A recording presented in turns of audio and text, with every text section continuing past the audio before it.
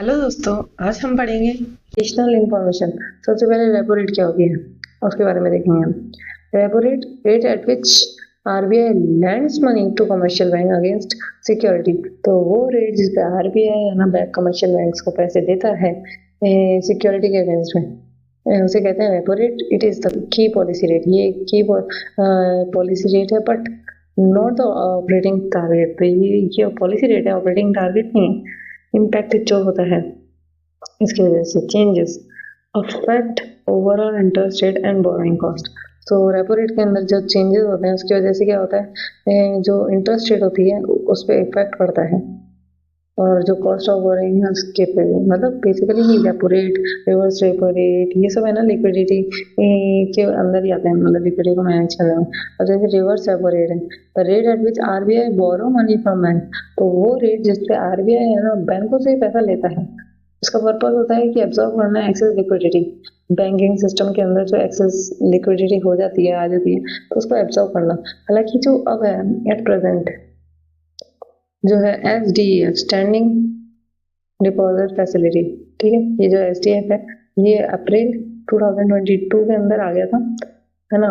ये reverse repo rate का ही है, मतलब कहने का मतलब इसके अंदर भी आरबीआई जो है वो बैंकों से पैसे लेता है पर बिना किसी कोलेटरल के अंदर, एसडीएफ के अंदर, ठीक है। स्टैंडिंग डिपॉजिटरी फैसिलिटी होता है इसका मतलब। और इसके अंदर आरबीआई जो है वो कमर्शियल बैंक से वैसे लेता है ताकि वो एब्जॉर्ब कर सके क्या, लिक्विडिटी को। रिवर्स रेपो रेट के अंदर एक चीज और ध्यान रखना, note health and liquidity management but not the primary operating target. ये भले ही लिक्विडिटी को मैनेज करने में मदद करे लेकिन ये कोई प्राइमरी ऑपरेटिंग टारगेट नहीं है।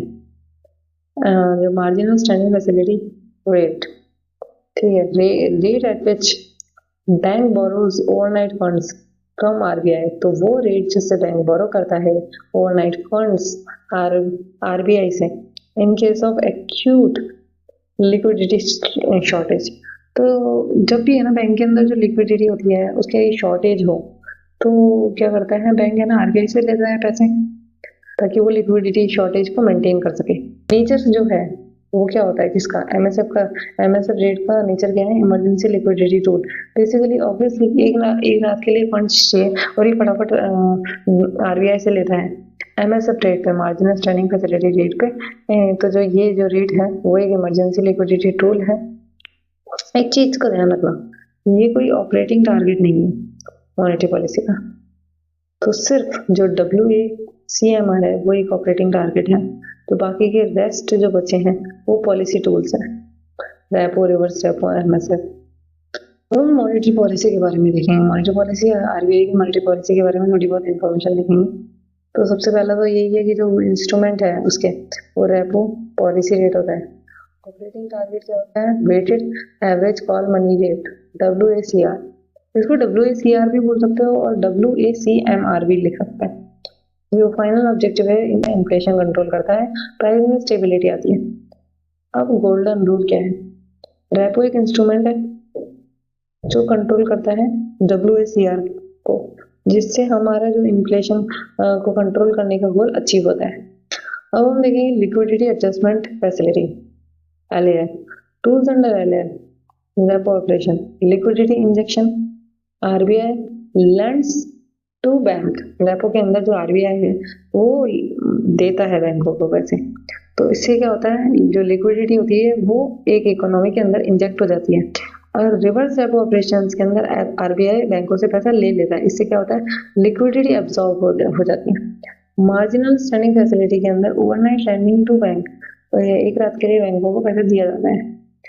नॉट पार्ट ऑफ LAF, तो लिक्विडिटी एडजस्टमेंट फैसिलिटी के जो है उसके अंदर OMO operation, open market operations नहीं आते हैं।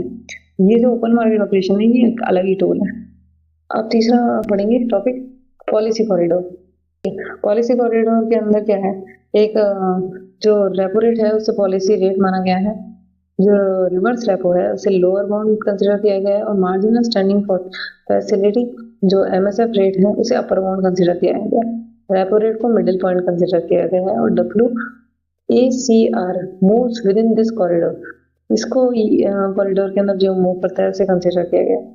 ये इंटरेस्ट रेट्स हैं तीनों, और ये जो है WACR ये ऑपरेटिंग टारगेट है।